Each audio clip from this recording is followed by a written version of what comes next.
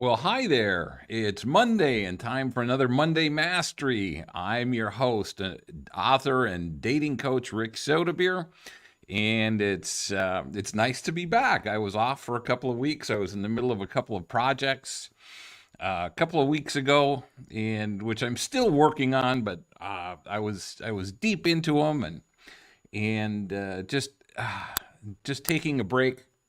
Ah, just taking a break from those projects was something I just couldn't do at the time. And then last week we had what did we have? Oh, we had Labor Day.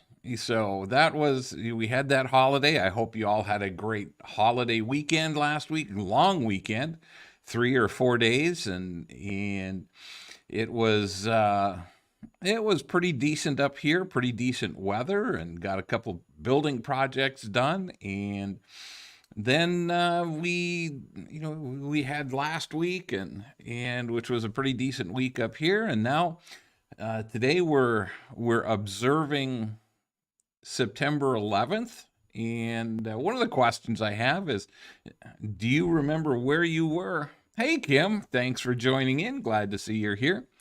Do you remember where you were 22 years ago when September 11th started happening? I know exactly where I was. That was one of those things that I will never forget. I was living at Lake of the Ozarks at the time, and I was getting ready for appointments that day. I was a financial advisor at the time, and we we were stunned at watching the coverage from New York. We were watching one of the morning shows, and then while we're sitting there watching the coverage, we see the second plane the second plane hit the second tower, and it was just like, oh my gosh.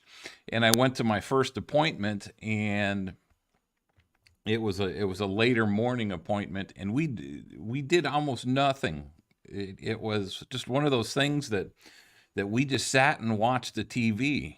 We watched what was going on, and in the it was just amazing, and we were all stunned. I don't know about you all, but I remember just being in shock for a week, and that was just something that it took me. I don't know about the rest of you.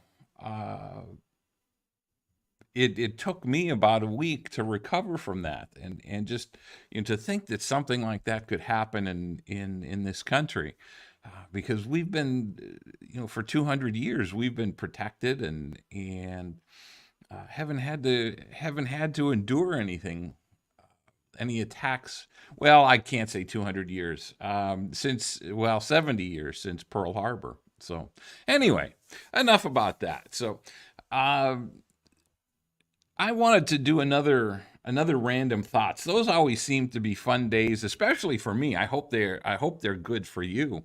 But there's several topics that we can touch on today. One of the things I've been listening to some podcasts lately, and one of the things and I've known this. I didn't know the exact specifics, but or the exact percentages, but there are studies out there that show that 95% of our decisions are made on emotion. And then we turn around and after we make that decision, then we turn around and use logic or facts or statistics to back up our decision. And one of the things that I've pointed out over the last couple of years is that even making relationship decisions based on emotion is we do it, but it's not necessarily the best way. It's not necessarily the most healthy way to make decisions, because and especially from a relationship standpoint, we we get caught up in the raging hormones of infatuation. The oxytocin, the dopamine, the serotonin, and a couple of others. They cause us to do things that are not necessarily in our best interest, or at least not always in our best interest. Now, if all of your must-haves and your deal breakers are lining up, and you're developing an intellectual, a spiritual, an emotional, and a physical connection, and you have some other things like chemistry and the love languages, all those things lining up. If you can step back out of that infatuation for at least a short period of time, and look at your relationship realistically. And that's one of the reasons I recommend so highly that you do create a must-have and a deal breaker list, because the emotions, the raging hormones that flood your brain cause you to make decisions that are not necessarily in your best interest. You're not necessarily looking at the whole picture. I don't know. I can say for myself, and you guys can tell me what's been your experience. But there are things that when we're in that infatuation stage, we ignore red flags, we ignore problems, we ignore warning signs of potential bad behavior, of potential bad relationships. And it's these relationships, when they're new and they're fun and exciting, they give us a hit of dopamine and it's the same effect for an alcoholic taking their first drink. It's the same effect of an addict getting a hit on whatever it is that they're on, whether it's meth or coke or heroin, or they get that rush, that dopamine rush. And it many times it takes more and more and more to fulfill that dopamine rush that we get. And sometimes, not always, but sometimes we run into people that are addicted to that dopamine rush. And when it comes to relationships, what happens is that when the infatuation starts to wear off, when they're no longer getting that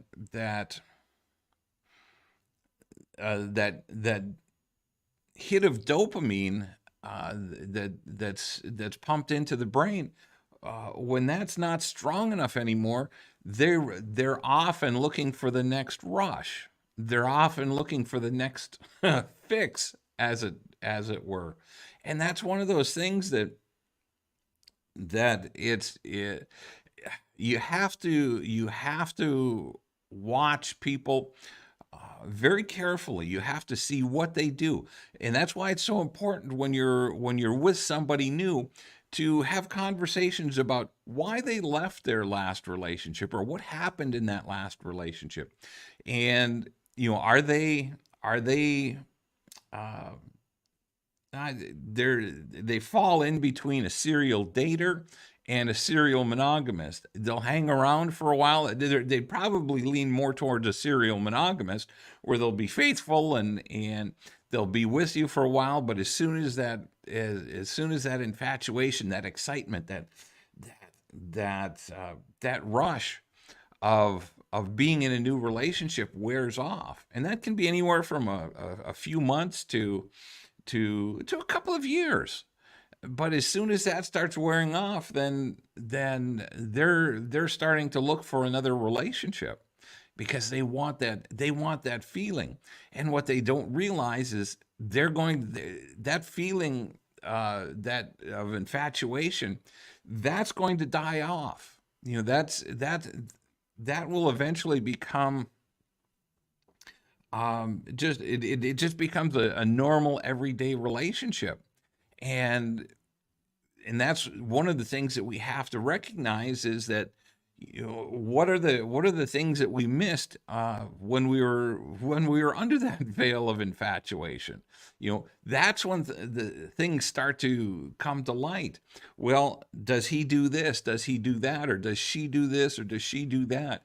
What are the things that would normally drive you crazy that you missed or that you overlooked while you're under that veil of infatuation?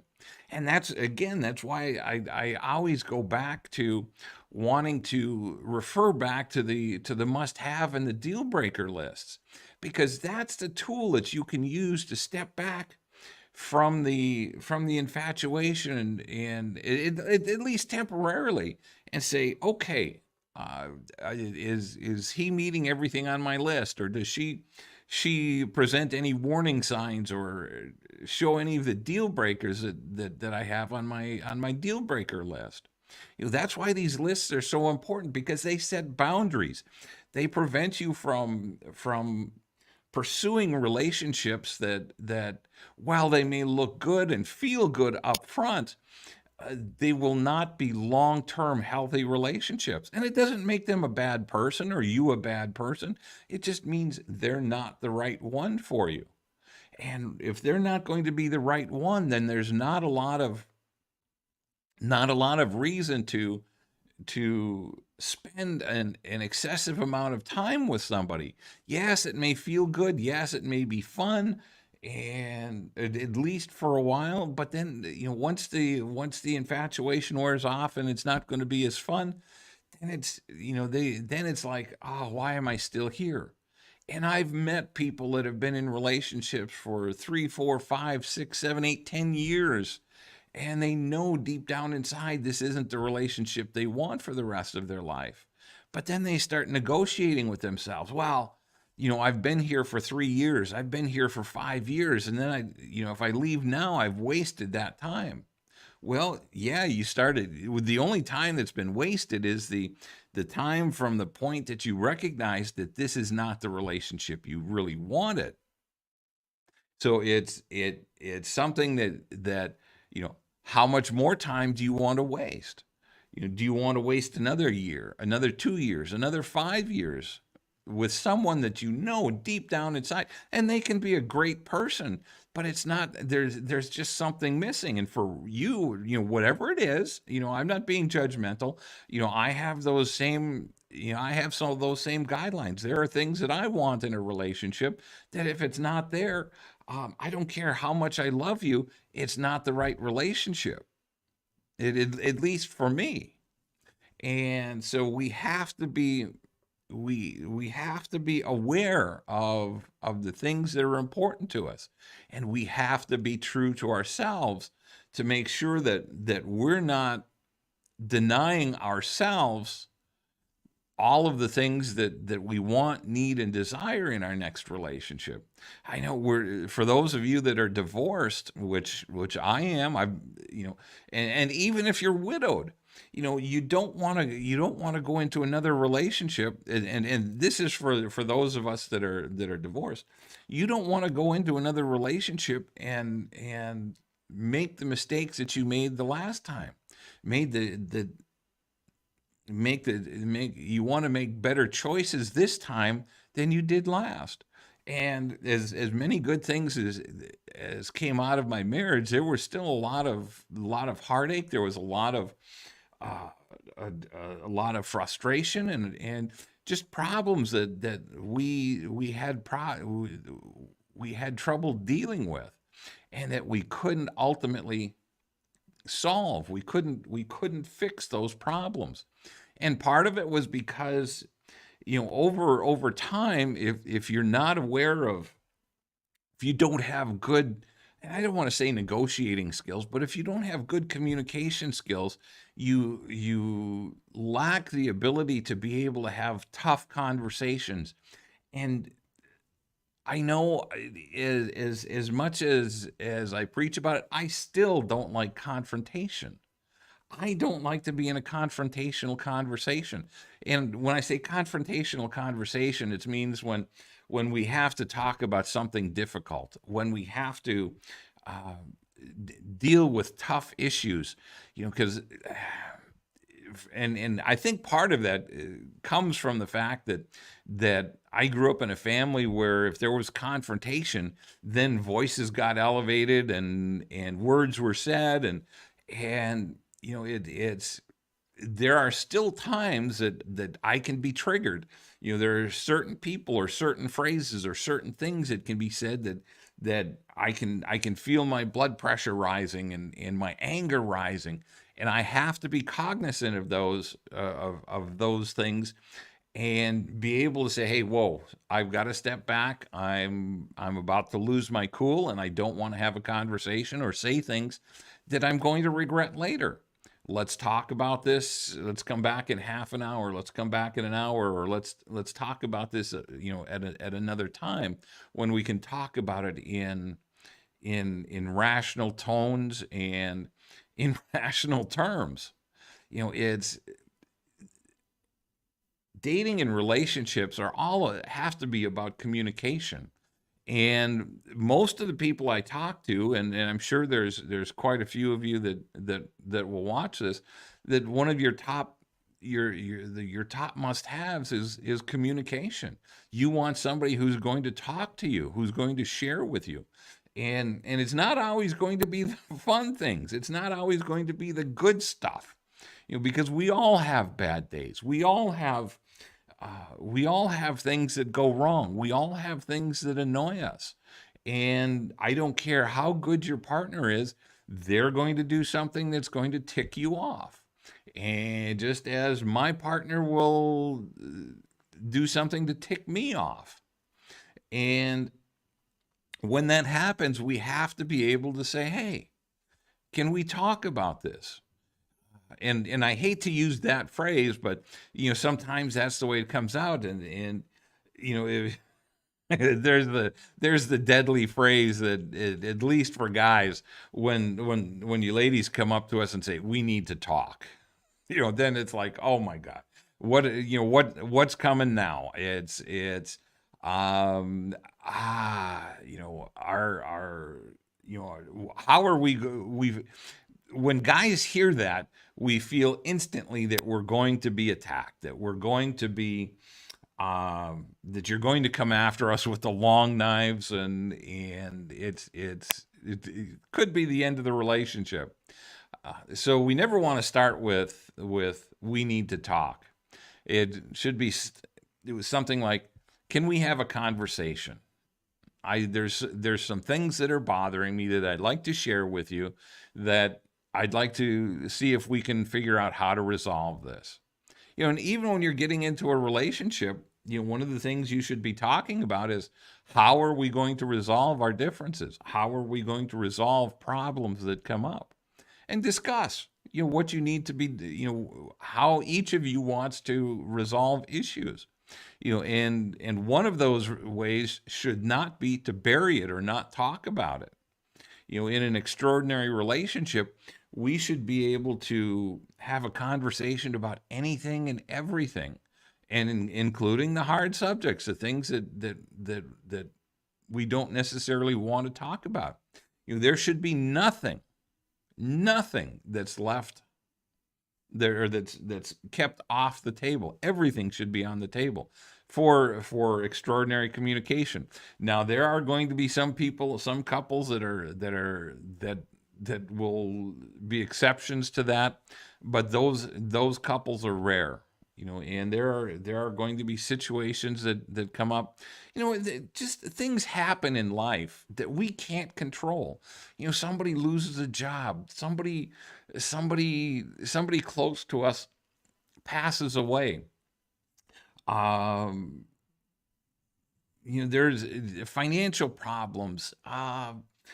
Just things come up that we just can't control. Life happens. So what we need to be able to do is, when those things happen, number one, if our partner is stressed out, we need to be able to be there and be supportive, saying, "What can I do to help?"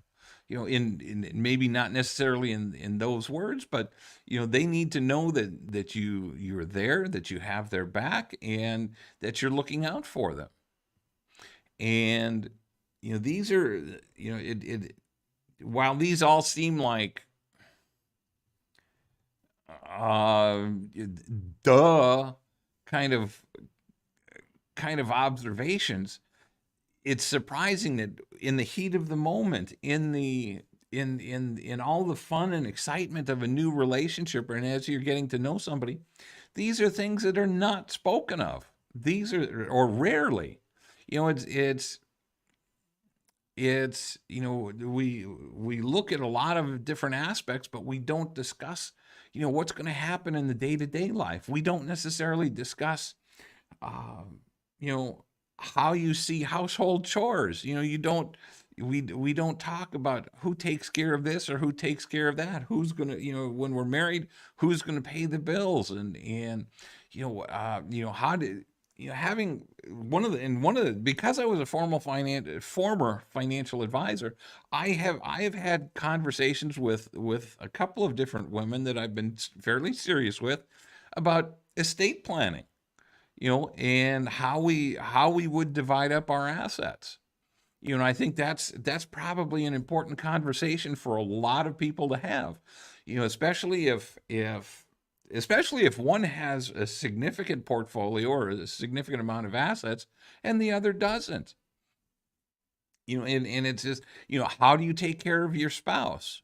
Assuming that you're getting married or heading down that road, is how do you provide for your spouse? And yet, since these are more likely blended families now, or a marriage that blends families together, how are his kids taken care of? How are her kids taken care of?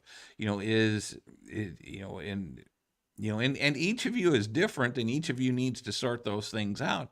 But from my experience, it seems that some of the best solutions are, you each bring something into the marriage or into the relationship, and then, as when one leaves, you want to take care of the spouse, and make sure they have a place to live. But after that, your assets should go to your kids, and their assets should go to their kids or their family. And so there's a lot of considerations that some people just never take into consideration. So that's why communication, and being able to talk about anything and everything. If you don't like to talk about money, you've got to learn to, at least once or twice a year. You have to talk about investments. You have to talk about estate planning. And hey, Addie, thanks for joining in. And and estate planning, and things change in families. Dynamics change. My aunt just passed away not too long ago, and watching the dynamics of in their family, and there's going to be some hard feelings, and just as there was in my family after my mom passed away about, oh geez, almost 30 years ago, 28 years ago, and my dad passed away about 6 years ago, and there's been hard feelings between family members. And it's, and even as a financial advisor, I saw this. These are things that, and money is a great divider of family. At the death of the second parent. So if you can take care of these things in advance, you can eliminate a lot of the family heartaches down the road. And if you can leave notes or instructions for the family, and if you have a number of kids, write a note to each one and saying, this is why I did this. This is why this is important for me to give this to you, or is important. This is why it was important for me to give this to somebody else, and have, again, share these conversations. And these are good conversations to have with your, especially adult children, so that they understand beforehand. And these are conversations that as a couple, you need to have with both sides of the family. You're blending families. This is what we're doing, and this is why. And if you're doing it right, if you're doing this next relationship right, you're going to be together for the rest of your lives. And that's why, that's why I do what I do, is because I want to make sure that that we all do this next relationship right. I want to make sure that we all are focusing on the important things. I and the important things are different for all of us. What's important to me is different from what's important to you. It's different than what's important to Addie and what's important to Kim, and for those of the rest of you.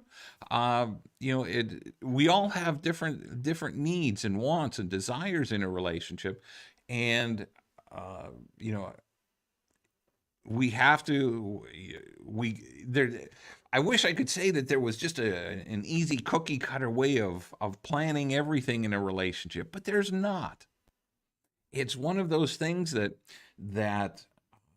each of us is unique, and your partner is going to be unique. Hopefully they have a lot of things in common with you, and then they're going to bring a few unique things to the relationship. And it's this blend of personalities that brings us together, and sometimes those are the same things that tear us apart. But if we're paying attention up front, and this is the key, is you have to be paying attention up front. It's so much easier to work on things before you've you've gone 5 years, 10 years down the road, you're married, and these things are really starting, and and it's usually the little things that grate on you. Paying attention, knowing, and again, I'm circling back to the must-have and deal breaker list.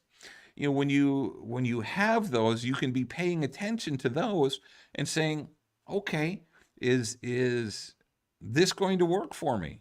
And if it's not, then it's time to move on. It's You don't want to get stuck in a relationship that says, well, it's mostly right, but then there's this pile of crap over here that I have to deal with. And I talk to people and about that every day.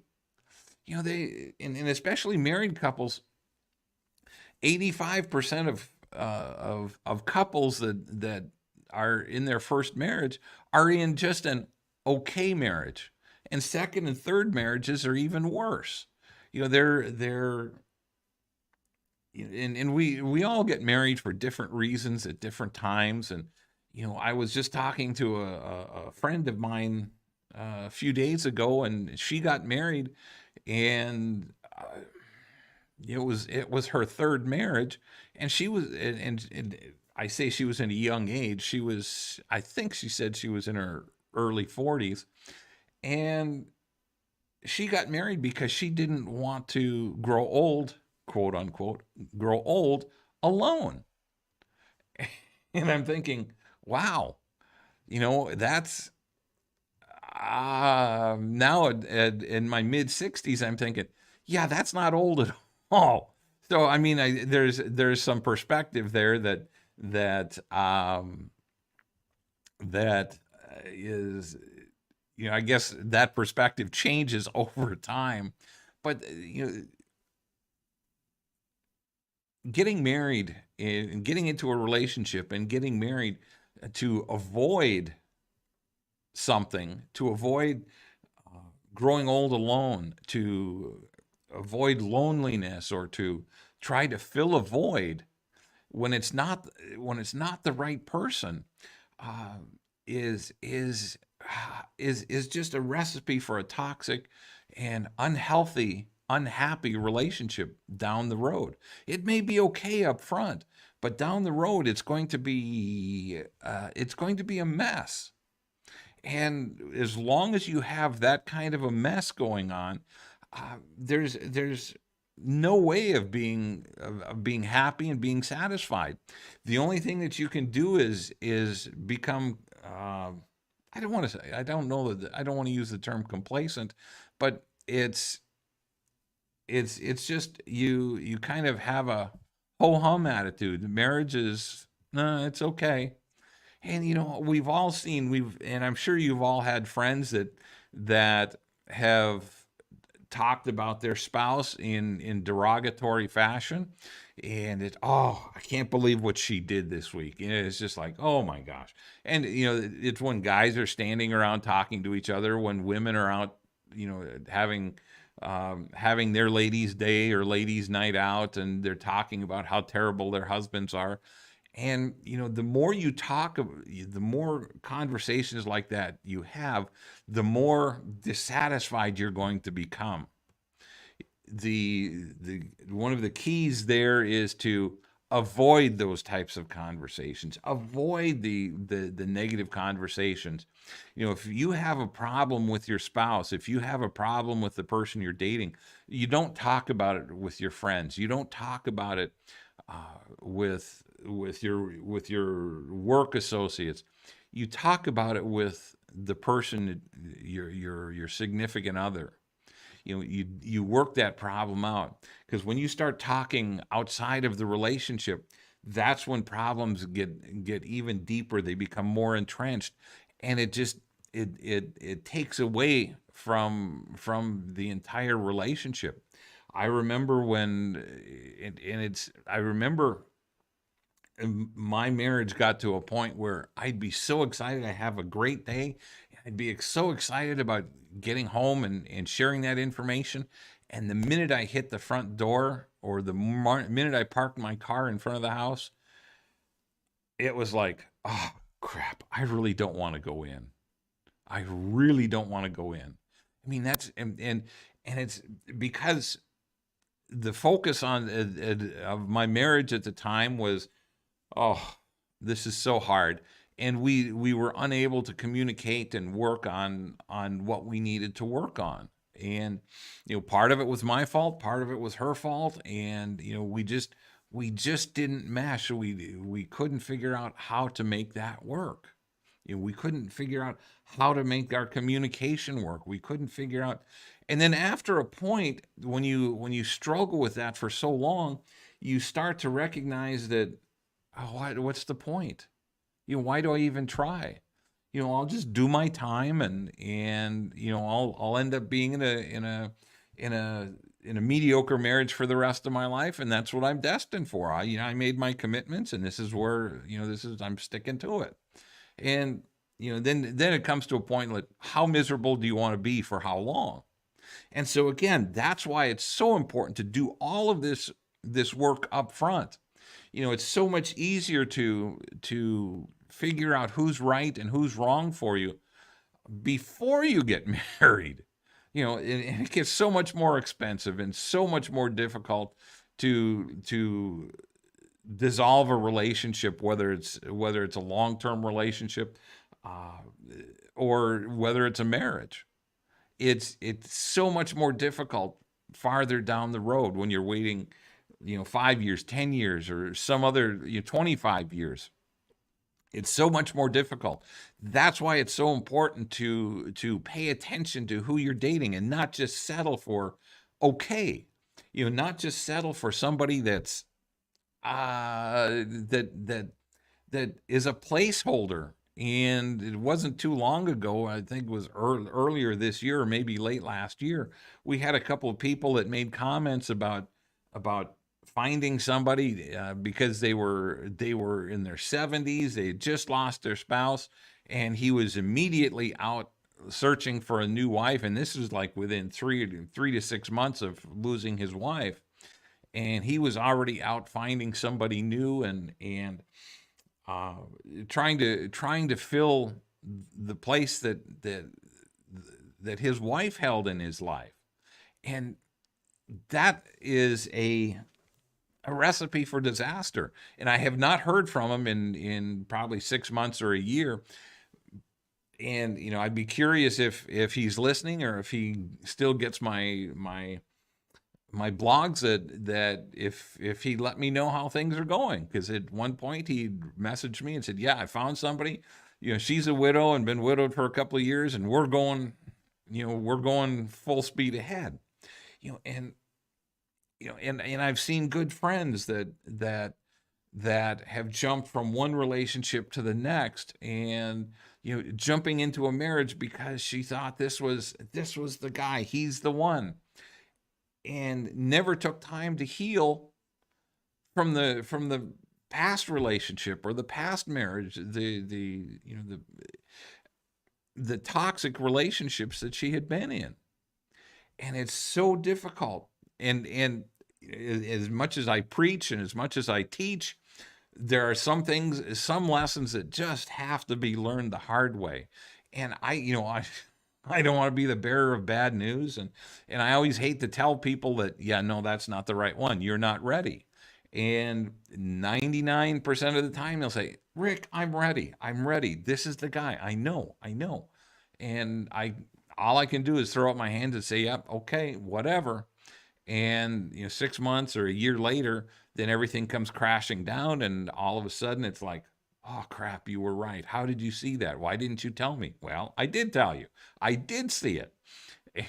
And sometimes I can see these things, and I don't know how. It's just it's whether it's the look on the guy's face, or it's I know that they're just going getting too serious too quickly. And I've done that too. I've gotten too serious too quickly with certain relationships over the years, and it happens, and that's part of the infatuation. That's part of those raging hormones that drive us into relationships and connect us to people. And when we get connected to certain people, it's we become addicted. And there's a great book that is out there that I read, and it's called Exaholics. And I saw that there were a couple of relationships that really applied to me, because there are certain people, when you date them and the relationship ends, it just drives you crazy, and it can cause you to do really dumb things. And some of the examples that she gave in the book were, driving past their work. And I've had people tell me that they've done this, driving past their work to see if their car is there, driving past their house at night to see if they're home, driving past places that they used to frequent, whether it was dancing or a bar or a restaurant, looking to see if their vehicle is there.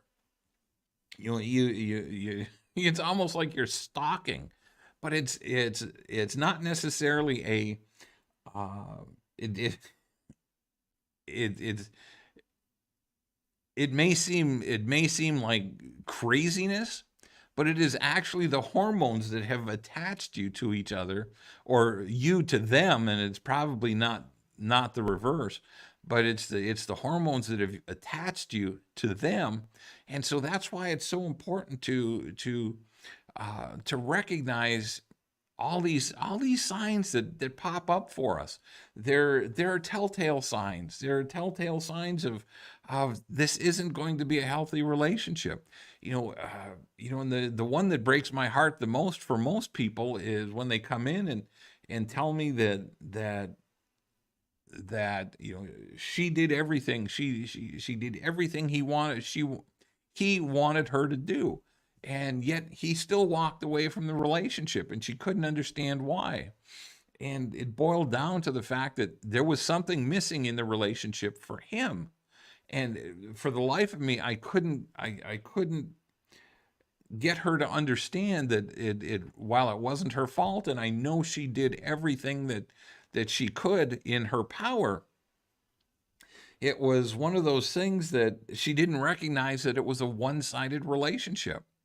And one-sided relationships can be very dangerous, because the person doing all the giving, the person doing all the loving, the person going out of their way to make the relationship work, is the person with the least amount of power.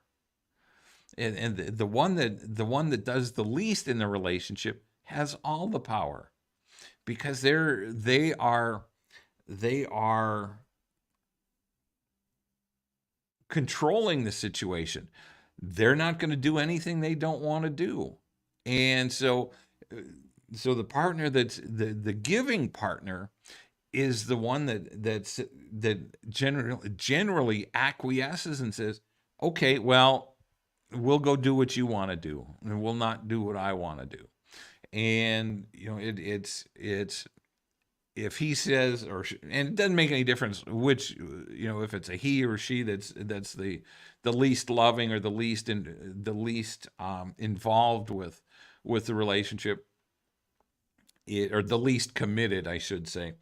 It's whatever they want to do, or whatever they say, take care of this, take care of that.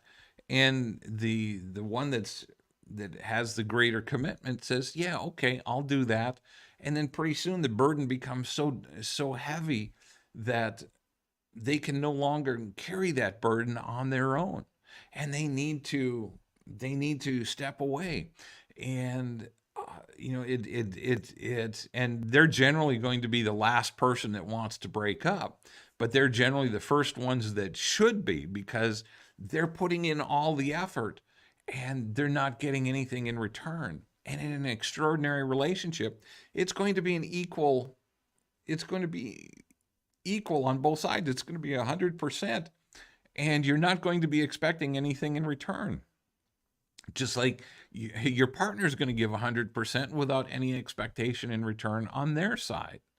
Now we all have expectations now, for them to be home, when they say they're going to be home, and those types of things. But I mean, there's not great expectations that if I do this, you have to do this, or you're going to do, what you're going to find is that you're going to be doing things for your partner just out of the sheer love and concern and caring for them, and they're going to do the same thing.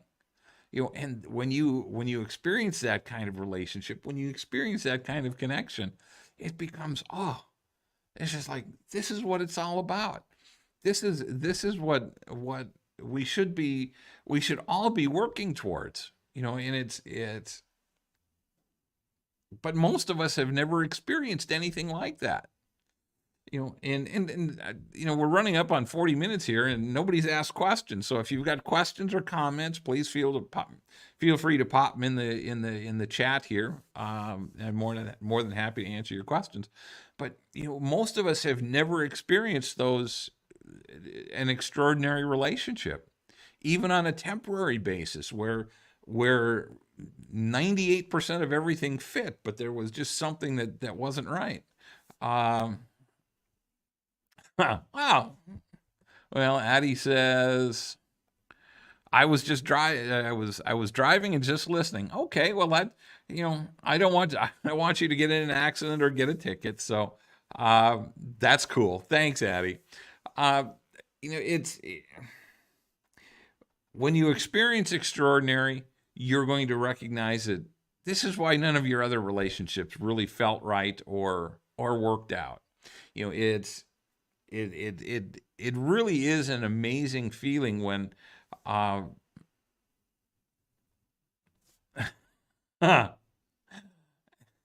says, I'm not afraid to speak up. So yes, I know, Addie. Yeah, I should have figured there was something going on in the background with you.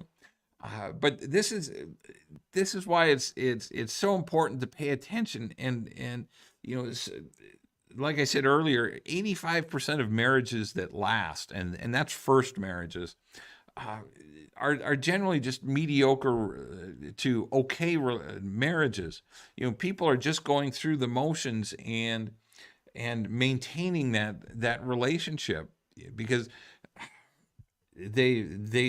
they're, number one, they were complacent when they were dating, and they said, yeah, this feels okay, and they accept the fact that there's no such. And I've got to be careful here. I don't want to make it sound like there's a perfect person. There's no perfect person, but there's somebody that's perfect for you. And you're still going to have issues. You're still going to have problems. You're still going to have conflicts.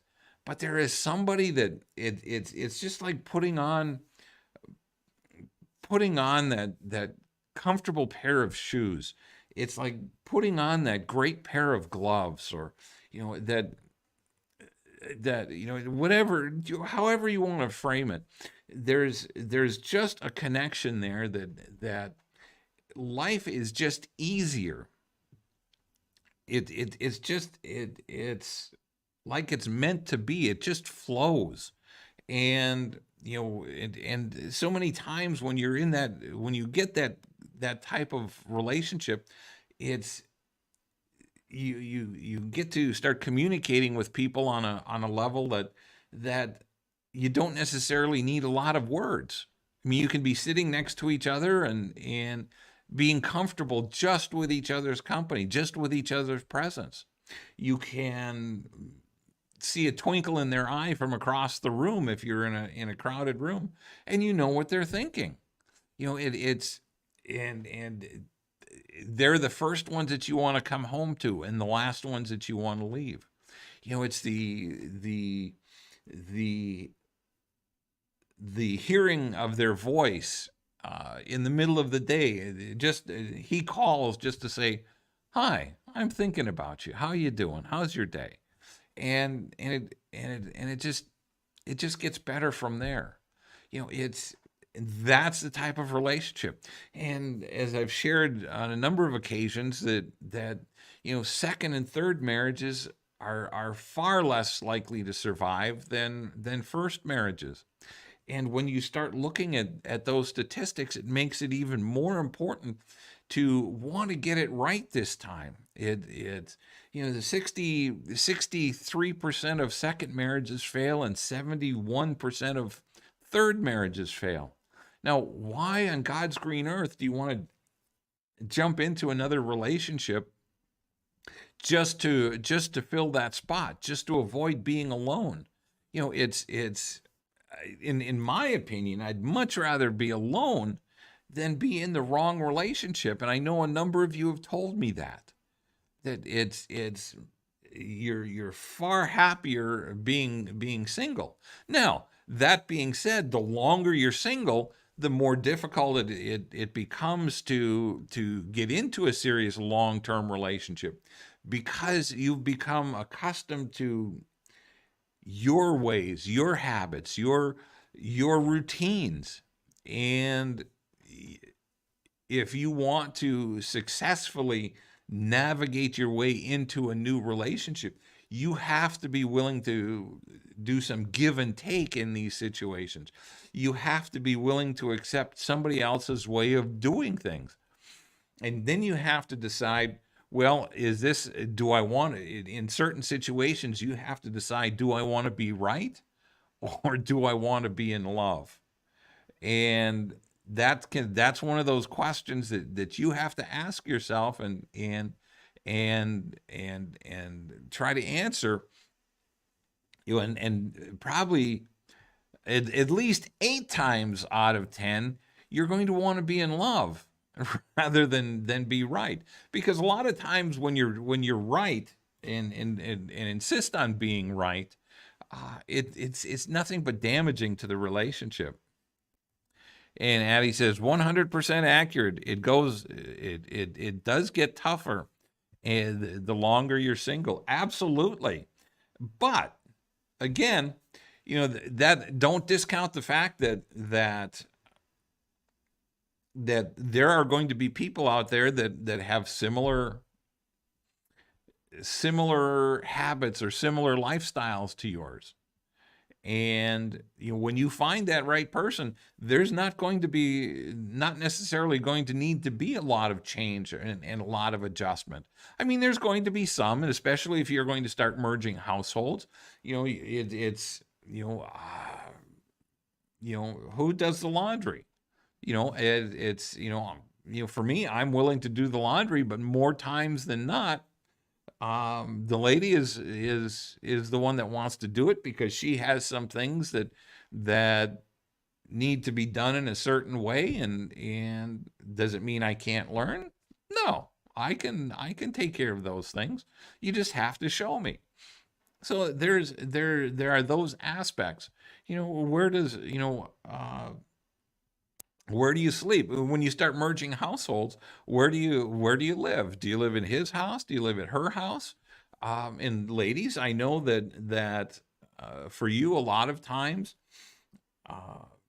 when a marriage ends, either through death or divorce, to bring somebody new into that bed is an uncomfortable feeling.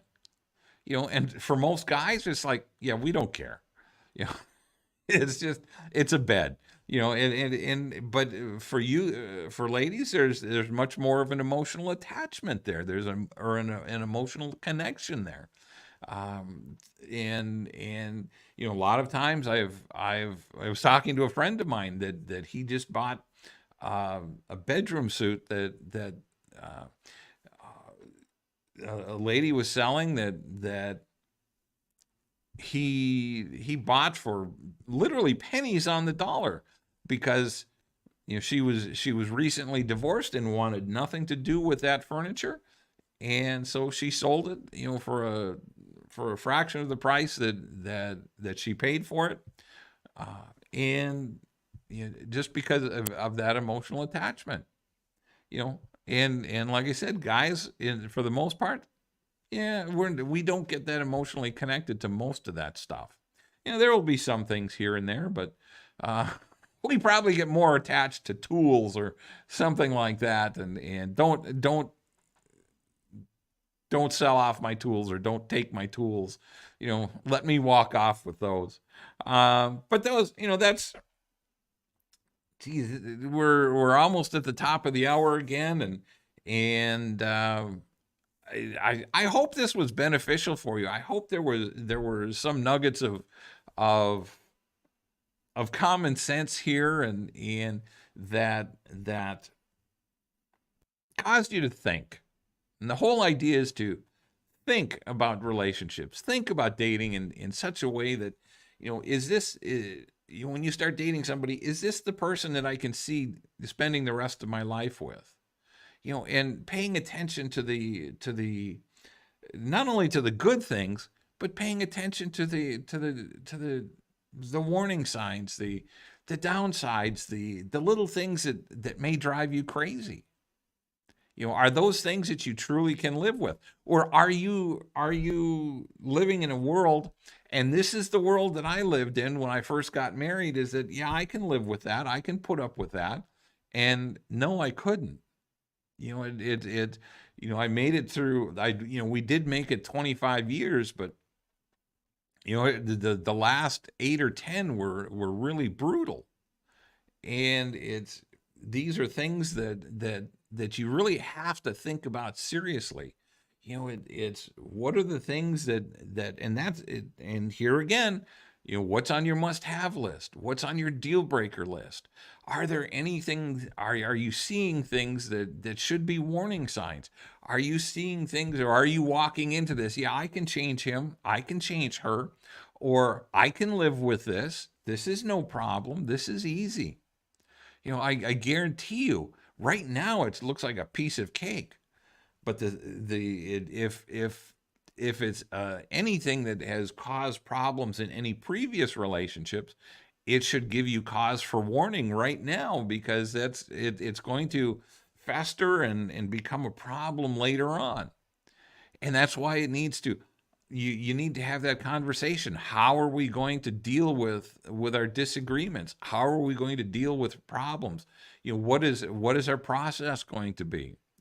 Have those conversations beforehand. There's lots of great conversations to have before you dive into a relationship. What are your politics? What are your thoughts on religion? What are though, because those are important topics, especially to some people. Now, there's a number of people who can say, nah, that just doesn't mean that much to me. But for the most part, it has some effect on everyone. And in this world that we live in right now, we're so socially and politically divided, and it makes life difficult if you're not on a similar page. There's very few people I know that that can work through those things and survive. Because those are very difficult. They're very personal and very and it can be very toxic subjects. And if you're diametrically opposed, now you have to have a very calm demeanor to be able to walk through some of those conversations and not get riled or not get upset, or and it's just especially in today's environment. So you have to be very careful about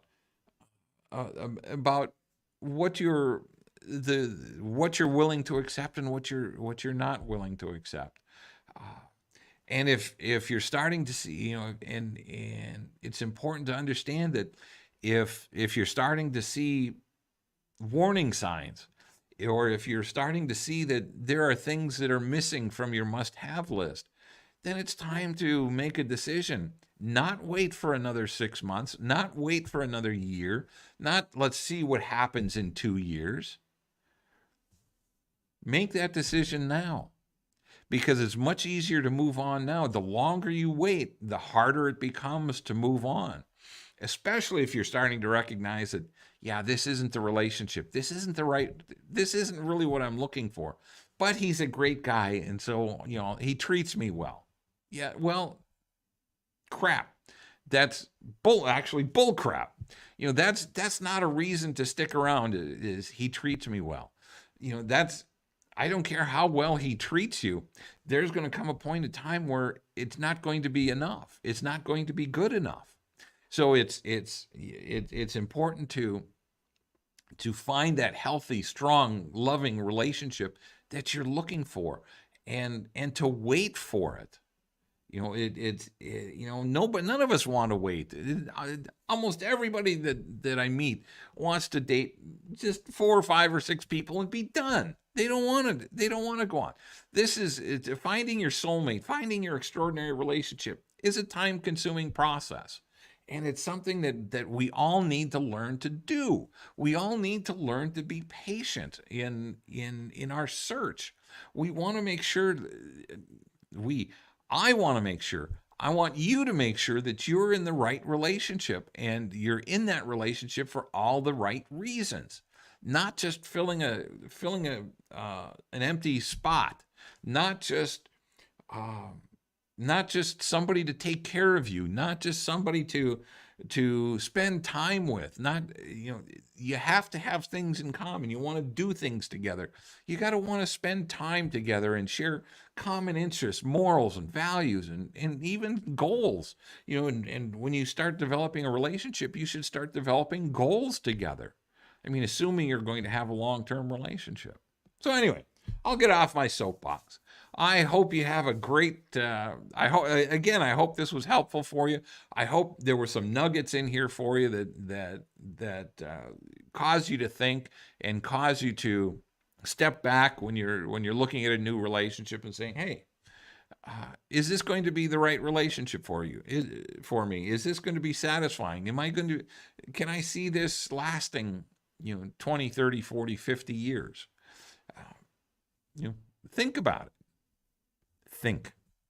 Anyway, have a great week, everyone. I love you. Thanks for checking in and for sticking around. You're very welcome, Addie, and thank you. And I will see you all next Monday, and we'll rock and roll from there. I'll only be here, I think next Monday is the last Monday I'm here.